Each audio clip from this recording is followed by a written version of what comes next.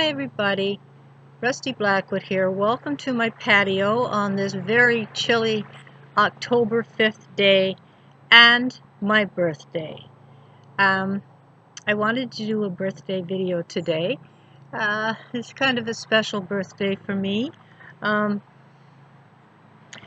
They say that a lady never reveals her age, yet in so many ways age is just a number.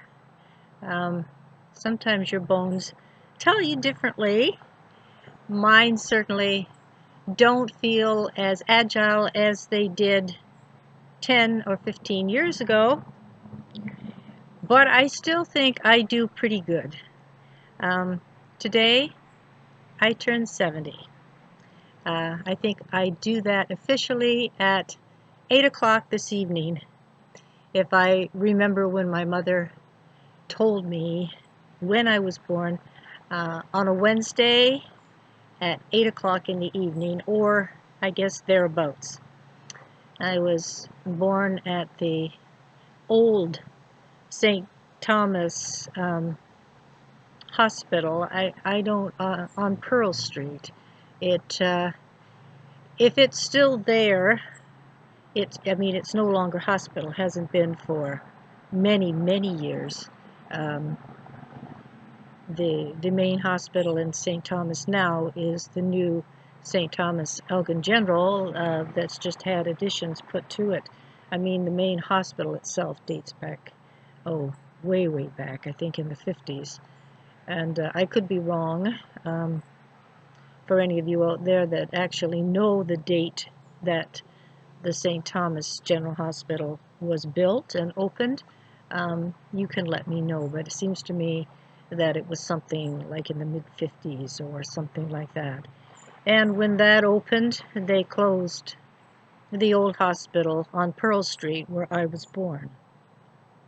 And as I say, I don't know if the building is still there or not. If it is, it certainly will have changed.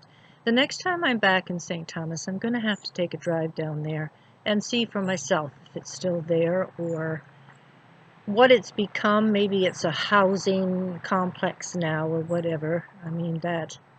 Those kind of things are badly needed everywhere. So hopefully, if it was not torn down, they made very, very good use of it, as well they should.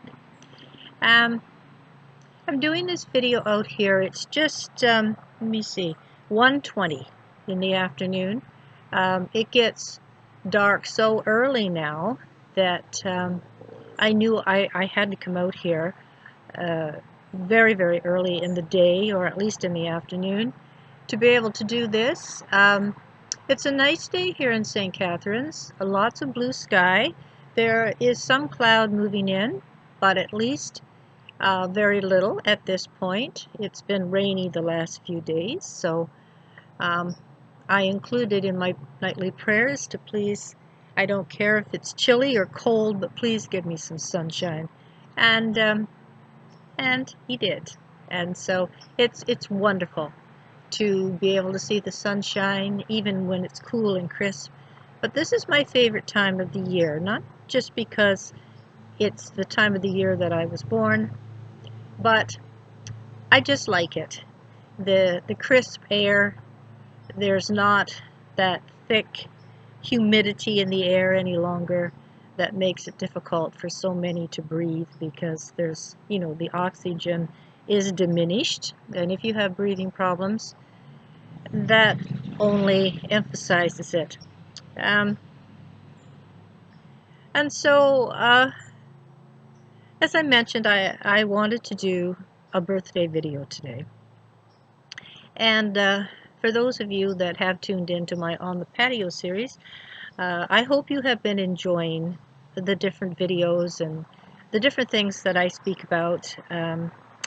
Judging by the different views on different videos, it has been getting a lot of views, and for that I thank each of you who have tuned in to watch them and commented them and possibly shared them on somebody else to be able to check out and see what I'm all about, see what I'm up to, what I have been up to, what I continue to be up to. And so today, in this video, I'm going to do something a little different than what I normally do on a video. And move my glasses over here. For the last couple of years, I have received birthday greetings from my assorted fictional characters from my books. I think it's great that they do this for me. And so today I'm going to read the wishes that have come in for me. I have, I believe there's 20 messages here. And so I would like to read them to you. I think you get a little chuckle out of some of them, as did I. It was, some of them are very, very colorful. Some of them are very direct. And I'm going to try to read them to you in the voice of the characters as I wrote them and the way I perceive them to be. And so, October 5th, 2019. Birthday wishes to Rusty from her characters. This is my own little message to them and to introduce them. I must say how nice it is to have such expressive greetings for my birthday. This one a bit of a milestone. Then again, all birthdays are milestones and most special. I have received messages from 20 of my characters, and I thank each one that took time out of their busy, though fictional lives for their thoughts, expressive messages, and for being thoughtful enough to send them. To everyone reading or hearing these messages, do feel free to ask any one of the composers whatever you'd like them to answer, and they will do their very best to do so. With sincere thanks, Rusty Blackwood. Yeah. I will begin with the very first one. Per usual, I have been nominated as spokesman to applaud you and lead the lineup of well-wishers as you turn 70 this very day. Blast the noise! Let me be the first to step fully into the colorful fray on this special day. Now upon our author and creator of fictional life, Miss Rusty Blackwood. You have been known to cause me grief by sending me down what you consider funny avenues. However, I do not always see it that way. Yet, in all fairness, you tend to allow me my moments, and entice the readers whom follow my antics to find me amusing, even delightful, and considering the path my precarious life often takes, I find that most endearing. I would also like to take this opportunity to wish you a happy birthday, but in future, might I suggest you send me down less stressful paths? After all, I am not getting any younger. Then again, neither are you, my stalwart author. Ta-ta! Durwood Justice Tugbottom, from the Durwood Tugbottom comedy series.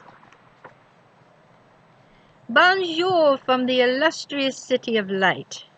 I had so hoped to send my salutations before that brazen Englishman elbowed his way through the growing queue. But as usual, he was not to be outdone. Once again, I find myself delighted to wish my creator of fictional life a most savory birthday, filled with roses, vin, and chocolat. At the moment, I am most occupied with my busy schedule here in Paris to get away. But I so hope you come to visit me soon, for I dearly enjoy your input in my life, regardless of how you injected me into such turmoil in the past.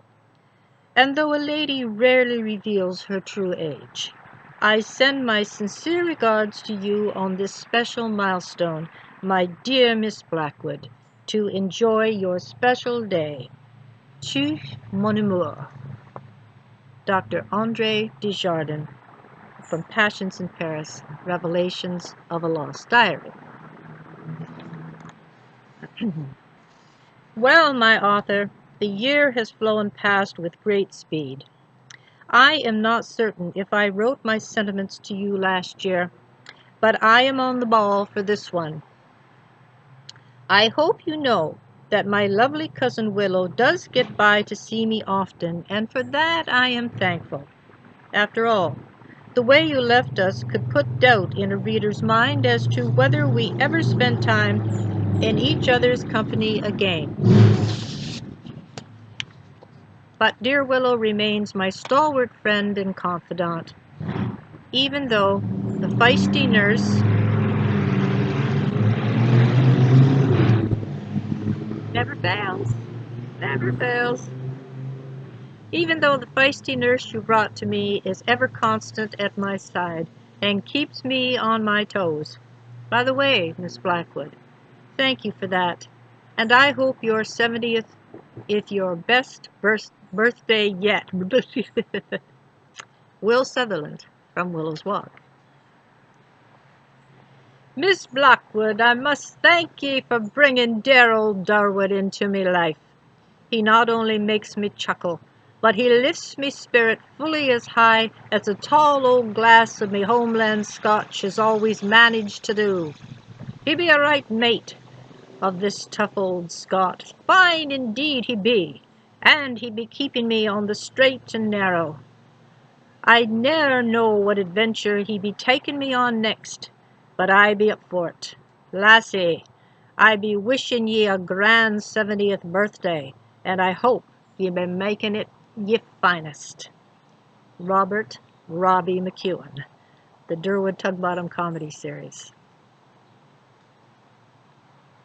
Bonjour, Mademoiselle Blackwood.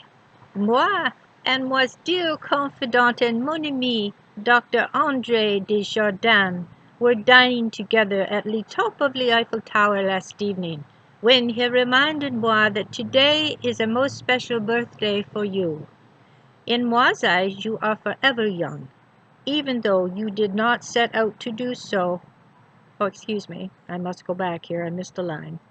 In moi's eyes, you are forever young, and that is the way you will always remain. Moi never forgets those who have shown kindness, even though you did not set out to do so when you created moi as the intended antagonist in the beautiful love story of moi's wonderful friends Kali and Joy. But, as characters often do, and you know this well, veer from the intended course set out in the author's imagination, such as moi did as that story progressed. You revealed why moi acted as moi did, even though some may not forgive moi's actions or reasons for them. Yet in the end we all found happiness. So, without further ado, moi shall take this opportunity to embrace you across the miles, adorn your cheek with a soft kiss, and wish you a most delightful birthday. Tous mon amour. Philippe Robillard, Passions in Paris, Revelations of a Lost Diary. As a mother myself, I know the unbreakable bond between a mother and her daughter. It is timeless and forever, never to be broken in life or thereafter. I celebrate my autumn rose every day, and I know she has found true happiness with Cyril Landon. I am thankful for the way you wrote me, Miss Blackwood, for you allowed readers to see what life was truly like for single mothers in Kentucky during the 40s. I am certain it was very much the same in many places, even in your home country of Canada. A birthday is a special time, a day to celebrate and be celebrated. So, on this very special day, May I wish you all the best, and a day filled with love, happiness, and peace. I know you will take care of my darling Autumn, and provide a life for her that even I could not wish better. Happy birthday, Miss Blackwood. Abigail Leaves, The Perils of Autumn. How grand it is to hear you are once again celebrating your birthday, Miss Blackwood. How time flies! It seems as if you just had one, but I know only too well how the years swiftly pass, as my creaking bones shall attest. You may take delight in knowing that I am thoroughly enjoying my life back in merry old England, and I thank you for allowing me to return there. My charges are growing like weeds, but you know how that goes, and I thank you for the chance to once again feel worthy. Now, my dear, I want to wish you the best of the day, along with the right old embrace across the miles. Do take time for yourself, for that is most important, but do continue creating unique and wonderful characters, as you did with me. Happy birthday, my dear author. Matilda Pritchard, Willow's Walk. I want you to know that I was goaded into this by those whiny brats in the hollow. Yet, when I really think about it, I suppose it's only right that I wish the creator of my character a happy birthday. You did me no favors by making me into what might be considered a bully. At the very least, an unsavory boy. But hey, boys will be boys, and they will continue to do the things I did in that Halloween story. I'm not as bad as some might think, but I wish you hadn't taken me near that swamp. Oh well, carry on, Rusty, and enjoy your special day. Jack Maynard, The Happening in the Happening in the Hollow, from the Eyes of Innocence.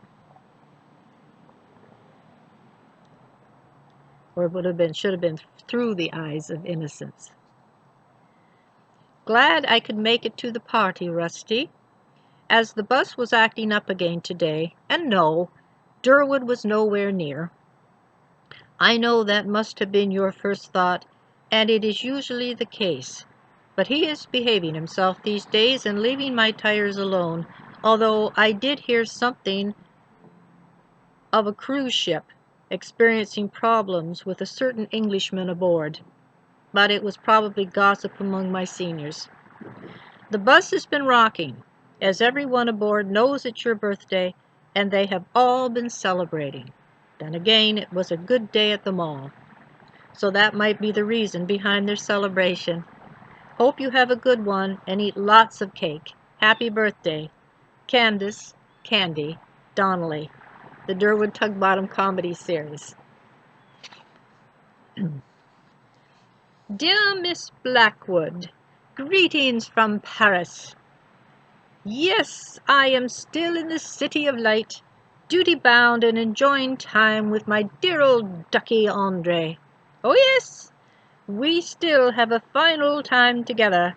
I'll have you know, Miss Blackwood, that my marriage to Charles, even though late in life, is working out splendidly.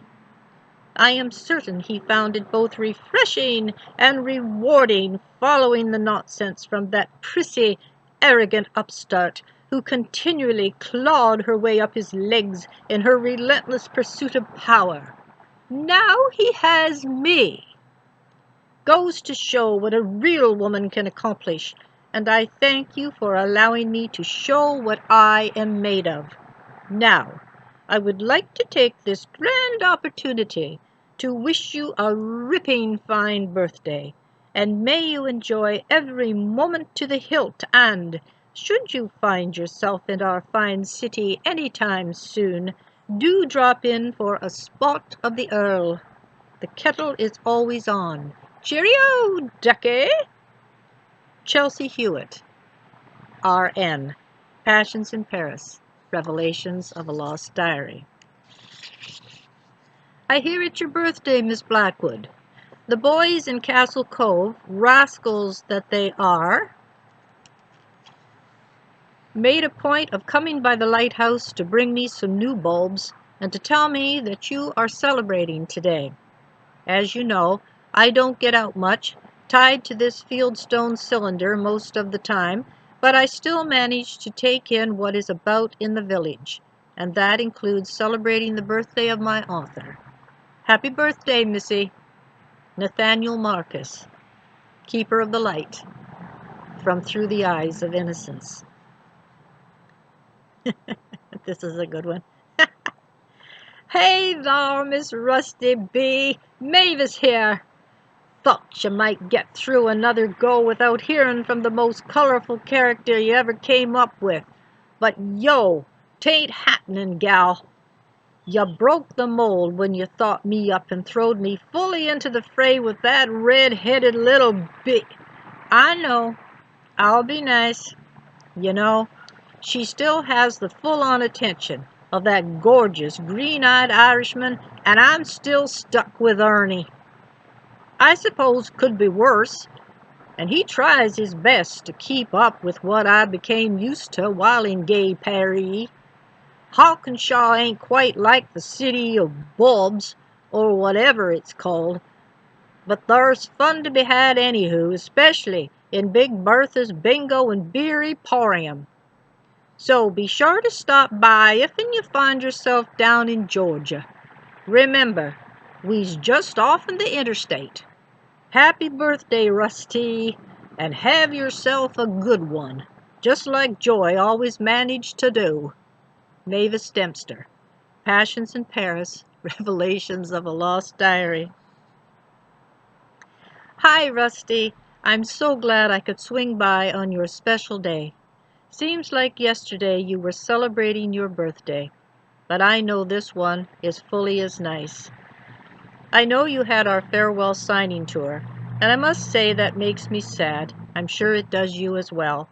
But that time has come. Besides, I know you still get requests from me, and I continue to show up at your signings. I've managed to garner shelf space at the Indigo stores after finally getting into the system. I had heard through the bookvine that a new story with interesting characters debuted early this year. Believe me, it believe it was the end of January. And I think that's great. I hear the protagonist's name is Autumn, fully as unique as Willow, and I wish her well. May she receive the same celebrated attention that has always been shown me. I'm glad to have provided enjoyment for those who've read me, and for those who still will. I'm looking forward to meeting them. Enjoy your special day, my author, and happy 70th. Willow Sutherland Crosby, Willow's Walk. Miss Blackwood, I wanted to be sure to stop by to wish you well and to thank you for creating such a lovely story for me to play in. I realize it was based on a happening from your childhood, which makes it that much more special for me to be part of. Just think what it would be like today if a telephone box still existed. What fun, and most delightful for those who don't even know to what I am referring. I adore the role you gave me, and I hope my story helped readers to understand what it was like before the modern technologies of today. I also hope you will have cake, and that I may have a large piece. I adore strawberry, but I know you love lemon. Happy birthday. Mandy Webb, The Telephone Box, from Through the Eyes of Innocence. Miss Blackwood, my salutation is fast and to the point, like I was before you decided to trap me in such a state of languish. Hopefully others won't find themselves where I am. Then again, had I behaved myself, I wouldn't be where I am. Still, you're my author, and you're having a birthday. So, happy birthday, Try not to choke on your cake. Declan Quinn, Willow's Walk. Dear author of mine, how delightful of you to bring me to Kentucky and my dearest friend Cyril Landon. As you know, our childhoods in South Woodchester, England, was difficult to survive, the war and all, you know.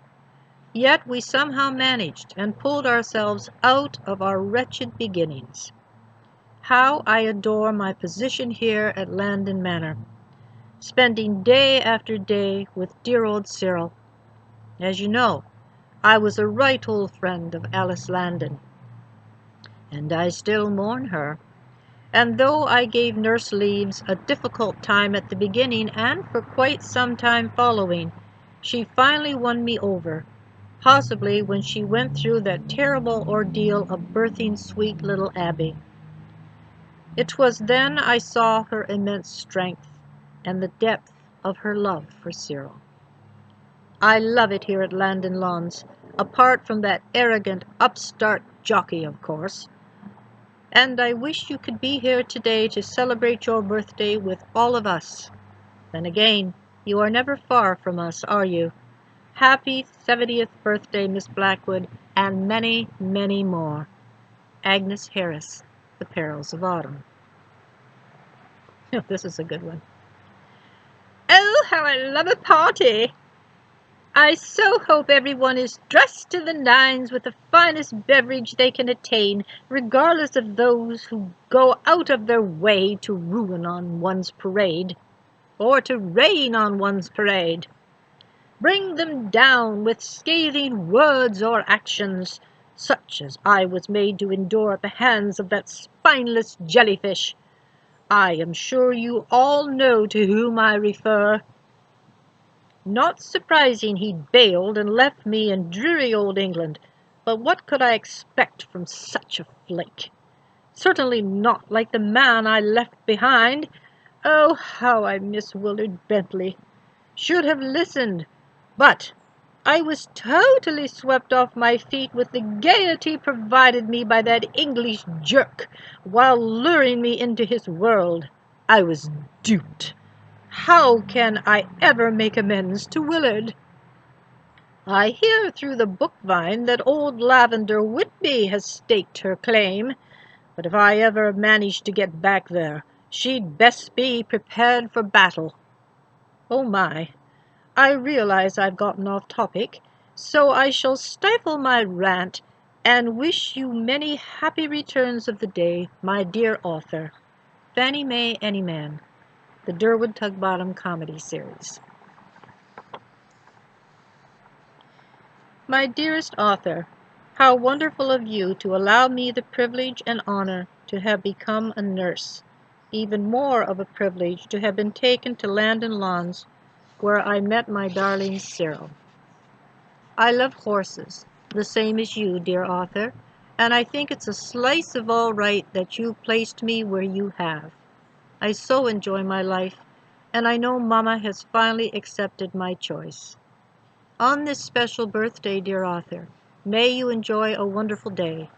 Would be great for you to mount either my little Morgan Cinnamon or clear the jumps on the back of my prideful lady's pal.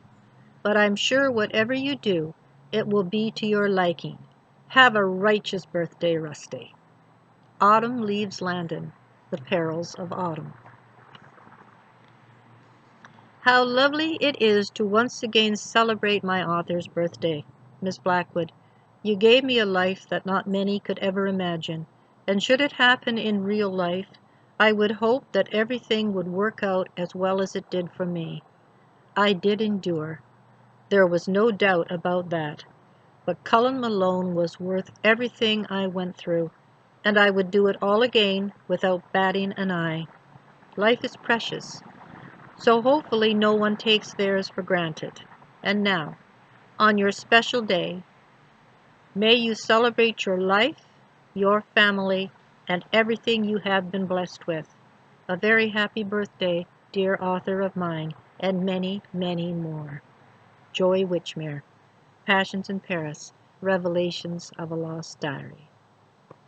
And the very last one here.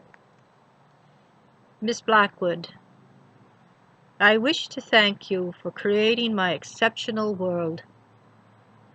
I personally extend my most sincere invitation to visit Land and Lawn's stables, my celebrated horses, especially Sir Dapper Dan, meet my Triple Crown winner Devil May Care, and enjoy tea in my manor with Autumn, Agnes, my daughter Abby, and myself. I know you would get on famously with William and Manfred, not certain about Duff Taylor, but I know your love of horses would be thoroughly exercised. Do plan to come. Oh, wait. You have returned, haven't you? I cannot wait till Return to Autumn is published. What ripping fun! And I cannot wait. Now, on this very special day, may I embrace you in my mind, celebrate your imagination, and forever wish you all the best in whatever you do. Happy birthday, my dear author. Cheers. Cyril Landon, The Perils of Autumn. So cool. I like to think if they really did write me, those messages would be what they would write. So, cheers to all of you. Cheers to me. Happy birthday, Rusty.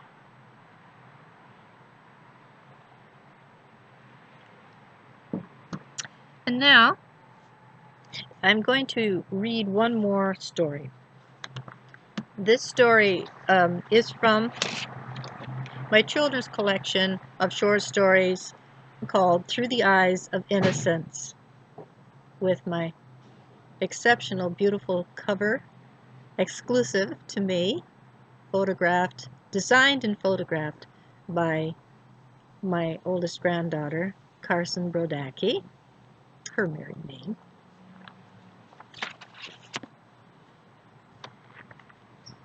This story is called The Black Stallion, but the story is based on me when I turned 10 years old. Pretty much the entire story is based on the way life was during 1959 and coming up to 1960, that era. And I wrote this primarily for my grandchildren, so that they could see what life was like at that time, the television programs of the time, what it cost to have an ice cream cone, that type of thing. And it was also my oldest granddaughter, Carson, which she was turning 10 at the time that I actually wrote this, and decided that I wanted to start a tradition for her that this story is based on. When I turned 10, my mother knew how mad I was for horses, and there was a television show on every Saturday morning. It was called Fury, and it was all about this huge, beautiful black stallion. And I never missed that show. I would never, ever miss it. And of course, in those days, there were not reruns, so if you didn't get it while it was being broadcast, you just didn't get it until the next week, and it was like a series, and it carried on and so forth like that. And I just thought it was wonderful, and I just couldn't wait to see each new adventure that this gorgeous horse would get into. And so when my 10th birthday was coming, Mom went to Dutton, the fairly local village to me, where my brother lives to this day, and she went to Bainbridge Jewelers there. Long gone now, but at the time, to my knowledge, I think was the only jewelry store in Dutton, at least at that time, and Mrs. Bainbridge carried beautiful, beautiful jewelry and different notions. You could get lovely desk sets there that were all marble, and you could get brass and copper bookends and all this type of stuff, and different statues and all of different things, animals and everything.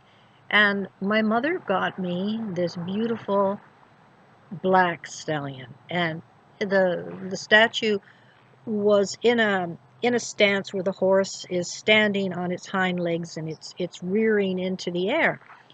And I had that for the longest time. Well, I had it right up until Carson was coming 10 years old in 2004, and I had written a poem and gave her this black stallion along with this story, to pass it along to either her daughter or her granddaughter when she has one, when she turns 10, and along with the story of the way life was for you when you turn 10, and hopefully start this lovely tradition, which I hope will continue to happen. So anyway, as I say, I wrote this story based on my birthday when I was 10, and it's called The Black Stallion. It was a sunny day 44 years ago on October 5th, 1959. And as I say, I wrote this included this in this story in 2011, but I mean, you get my drift, you know what I mean. When Ellen Croft turned 10 years old, she lived with her father, mother, brother, grandfather, and elderly niece in an 11-room, 2-story yellow brick farmhouse on her grandfather's farm. It was a happy life, though at times could be boring, but in general there was always something to do, for when one dwells on a farm, there are endless chores to be done. One of Ellen's daily chores was gathering eggs, which she didn't mind doing, that is, unless she had to do battle with a miserable hen who thought Ellen's disruptive hand didn't belong beneath her feathered body. So she'd try her best to peck it full of holes every chance she'd get. Ellen was never keen on that, as you could imagine.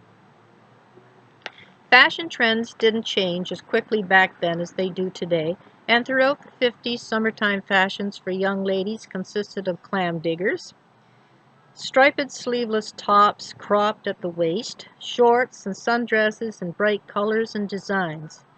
Footwear consisted of flip-flops, multiple strap sandals, and saddle shoes.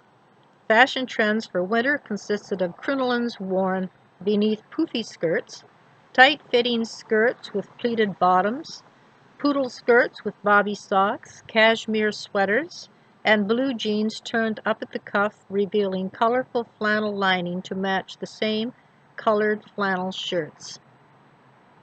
Footwear consisted of saddle shoes, penny loafers, Mary Janes, and protective rubber boots, referred to as galoshes, were worn over shoes. Because Ellen was a farm girl, she didn't wear too many dresses, skirts, or blouses unless the occasion called for it, for she was a tomboy who felt right at home within her jeans, matching shirts, and blue and white saddle shoes, which boasted numerous scuffs from kicking cans and stones as she romped through her grandfather's gravel pit. Television was a new invention in the 50s, and Ellen's father had only purchased one near the end of the decade. In those days, there were only a few channels available on TV, which were gotten by connecting a line to an outside antenna known as an aerial. And sometimes, if an outside connection was not possible, an indoor antenna called rabbit ears named such because they resembled the long ears of a rabbit, had to be used. Programs were shown in black and white, as color was not fully developed at the time, and it was costly, even for those who could afford it. Ellen enjoyed watching different programs, but she loved the ones with horses the best, especially a weekly program which featured a beautiful black stallion. She adored him. As Ellen's 10th birthday neared, she was to enjoy the only birthday party she would ever have as a child. Her mother told her she could invite the entire school. Now that might seem like it was going to be a large party, but that was not quite the case.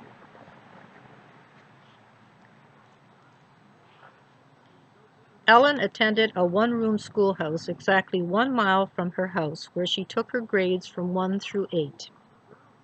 During her entire time there, the enrollment never climbed above 12 students.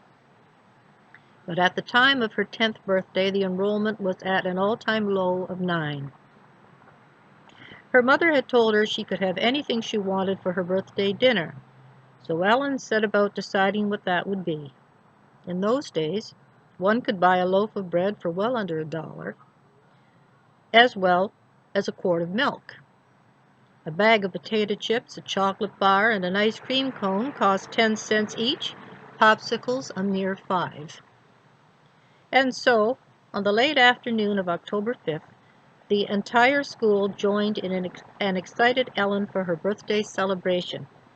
They all sat around the old chrome kitchen table, of which was covered in a linen cloth on which sat Mrs. Croft's finest dishes, enjoying roast chicken with mashed potatoes, green jello, peas and carrots, which was followed by a tasty chocolate angel food cake with vanilla ice cream. It was never revealed whether the plan for a popular food fight was ever discussed, but if it was, the plans were swiftly laid to rest, for Ellen's mother was never far away. Following dinner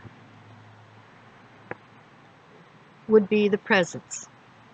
It must have kept Ellen going to swallow the last few morsels on her plate with the excitement she was feeling, but she and everyone else made sure to carefully watch for hidden pennies within the cake, for they brought a special treat to those who found them. Yet it was never revealed just what that treat was. Each guest would have brought something special for the birthday girl, and I'm sure they would have been generous. But after the many years which had passed since that wonderful day, Ellen couldn't remember what each gift was, except for one. It was the very last gift set before her, with a colorful tag reading, "Happy Birthday, Ellen. We love you, Mom and Dad." Her nervous fingers tore the beautiful wrapping away, leaving an ordinary brown cardboard box before her. She hadn't a clue what could be in it, but her eyes almost popped out of her head when she removed the lid, for there, lying on its side within the drab box, was the black stallion, an exact replica of the Saturday morning TV horse she loved so dearly. It was to become the greatest gift Ellen would ever receive, and she has cherished it for the 44 years since she first laid eyes on it that long ago October day. It has become one of her most treasured possessions from childhood. Now, she passes it to her granddaughter, who is also turning 10, along with special memories from her childhood written in a poem with hopes that she will always think of her grandmother whenever she looks at it.